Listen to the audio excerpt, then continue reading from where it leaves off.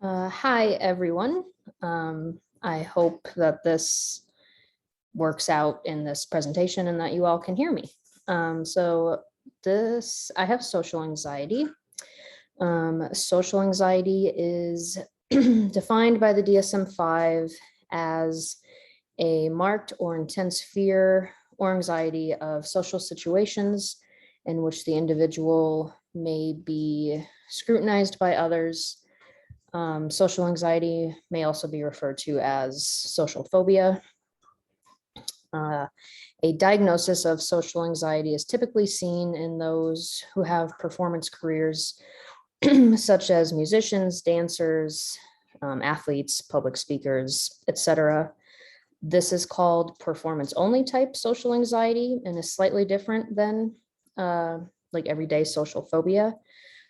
Although this is where we most commonly see social anxiety, it also can very much be seen in academic and work settings as well. Social anxiety almost always begins in adolescence and gradually decreases with age into adulthood. So I guess I don't know how this is going to work, but I'm going to the next slide.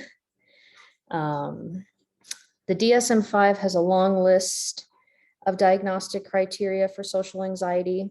I've listed a bunch out here, but a few are just fear or anxiety about social situations in which the individual could possibly be exposed to scrutiny by others, fear that the individual will appear anxious and be judged for it, the individual almost always feeling anxious when in social situations and avoiding social situations when there is a quote unquote out of proportion social threat that the individual fears. There are not a certain number of symptoms a person must be experiencing to meet the criteria, but the disturbances must last for at least 6 months. On to the next slide. Development. The age of onset for social anxiety is 13 years old, with the age ranging anywhere between 8 to 15, give or take. Social anxiety can occur following a stressful or humiliating experience, such as being bullied or vomiting during a public speech, but it also can develop slowly over time and start off as simply just being shy and progressing from there. Significant life events can also affect one's social anxiety. By this, I mean, social anxiety in an individual who gets married may diminish, leaving that person to feel confident and comfortable in social situations. And then later down the road may reemerge in the case of a divorce, separation, things like that. Again, onset of social anxiety is almost always in adolescence.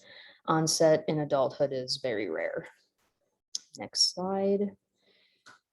The symptoms and prevalence of social anxiety. So symptoms include rigid body posture when in social situations, avoiding eye contact with others, and speaking in a soft voice, appearing shy or withdrawn around others, blushing, etc. Substance use is fairly common in individuals with social anxiety, say drinking before going to a party or a big social event, because the individual feels less anxious when they're on substances and feel like they're not as likely to be scrutinized by others.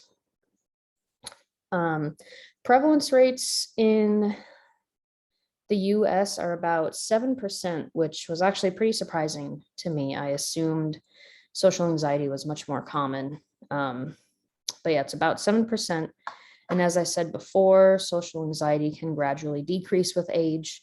So the prevalence rate in older adults is as low as 2 to 5%. Social anxiety is more common in females than males. This is just because of societal characteristics of females having higher rates of social fears anxiety, depression, etc.